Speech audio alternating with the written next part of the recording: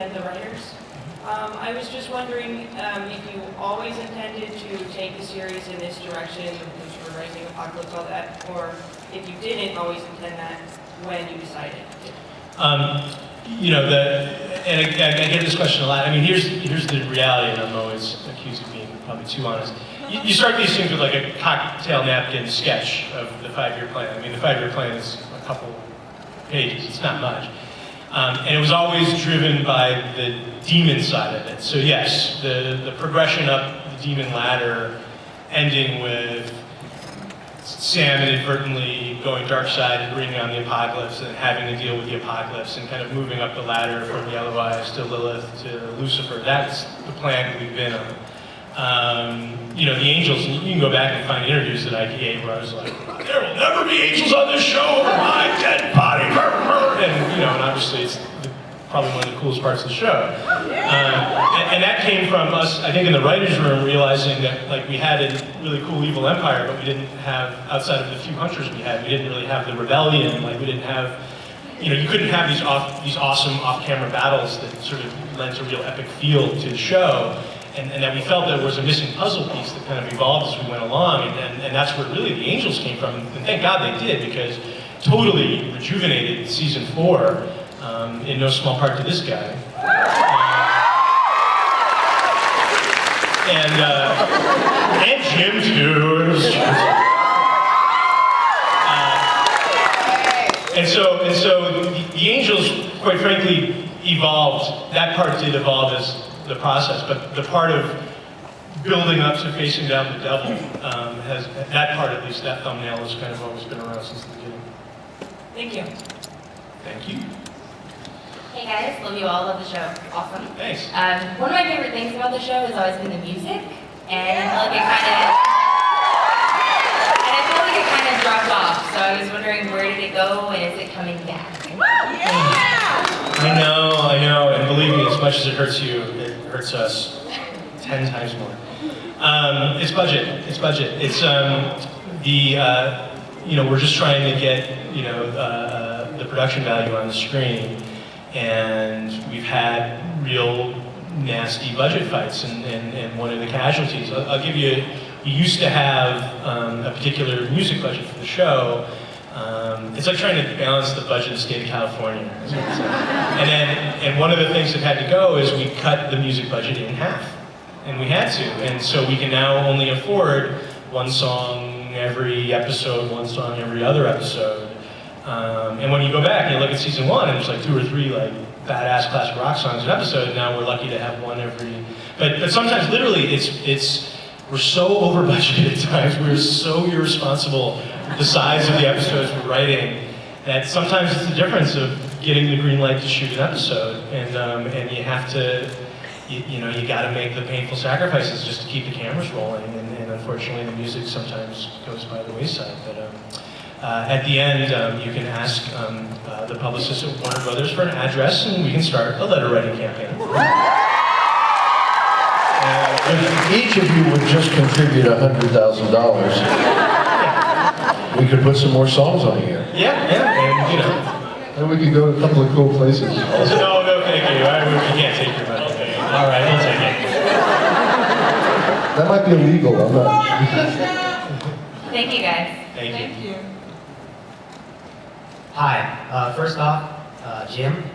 It's glad to see Uncle Bobby back on the show after his little vacation on Harper's Island. My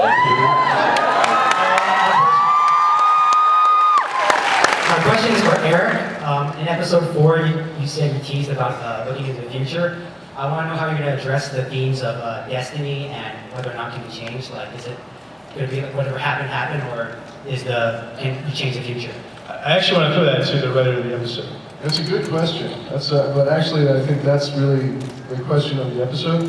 I think we went into that process. That destiny is one of the key themes of the show, and going 5 years into the future. This is a time travel story, so it has like a couple of mind-bending loop things going on, and the entire question of can you avoid it is really, can you avoid what you already know is going to happen? Can you change the outcome of the future by the choices you make? That's actually It won't be a satisfactory answer now, because that's actually what the episode's about. An excellent casting of Mark Pellegrino for, you know who. Right. Can you talk a bit about that? If I can follow on, how much will we see Mark, and you know what sort of level will he be at in terms of how much we'll see him? Currently, he's shooting episode 1, episode 3, and then we probably actually won't see him for a while.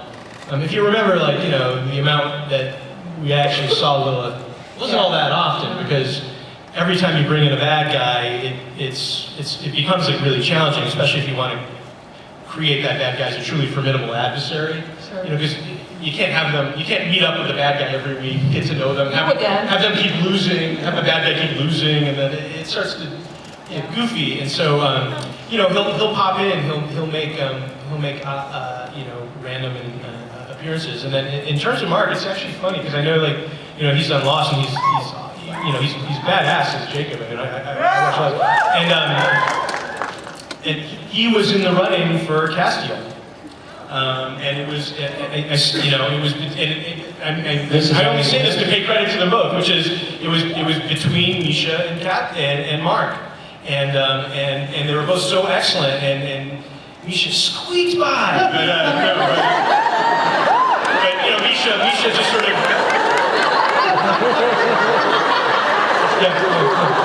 I'm kidding, it's a joke. Misha embodied the character, and he brought that sort of curiosity to it that was really sort of thrilling, that kind of sort of alien curiosity. And so, but we always loved Mark, and he was always in the back of our heads, and so when the part of Lucifer came up, we said, we went right to Mark. He never even auditioned, we just made him an offer, and he took the part, and there you go. Are you okay? I could have done Lucifer too. Do you have another question? Yeah, hi guys. Thanks for all the hard work to everybody from the cast and crew. You did a great job out there. What I'd like to know is, for Eric, Sera, and Ben, is when you go into the writing process in the writing room, that you're going about May time each year, how do you go from all those ideas and actually wrap them up into a series of episodes? Yeah, that's all you get. Coffee, mostly. I'm mostly in a hot tub, so swinging, don't hurt, you know, like, what have you done? I don't hear typing. So, Wow. It's kind of like American Idol. It's just the strongest ideas win. We start out with a lot of ideas we're in love with, and if they survive and they continue to make the cut, they end up on the TV screen, but we're just really hard on the ideas. They have to survive our frustration with them and with each other and the long hours. And it's not pretty in there. It's not pretty. The smell was familiar but unpleasant. Thank you, that's a really good question. Next one? Hi, so at the beginning of the season, when we first were introduced to the concept of angels and religion into mythology, then a bunch of my friends of mine were worried about where it was going, but you guys took it and did such an amazing job telling such great stories with it. But the question is, on the other side of it, have you received any backlash about the way you use the themes of angels, and can you speak to how that might fuel the stories that you continue to tell? I mean, I don't think. Yeah, I was going to say Surprisingly little. surprisingly little was exactly the words I was going to use. I mean, every so often you see like an individual on a fan site saying, you know, I don't love the depiction of angels, or I don't love the idea of disloyal angels, or angels that mean ill will to mankind. But almost individuals. To attract the interest of a special interest group, actually. Maybe they sense that our intention is not to piss anyone off. I mean, we don't have an agenda. We don't have an agenda to criticize any one religion. We don't have an agenda to push any one religion. I think many people on the Ready stuff are quite agnostic, actually, and we were raised in various religions or no religion at all. And we come to this with a lot of curiosity, and we just want to tell the best story that we can tell, and make life very difficult for our main characters. So we're just looking at it as a really fascinating story that has, you know, entranced people for millennia, basically. And I think because we mean no one any ill will so far, maybe we have escaped it, although this may be very bad not to talk about it. No, I mean,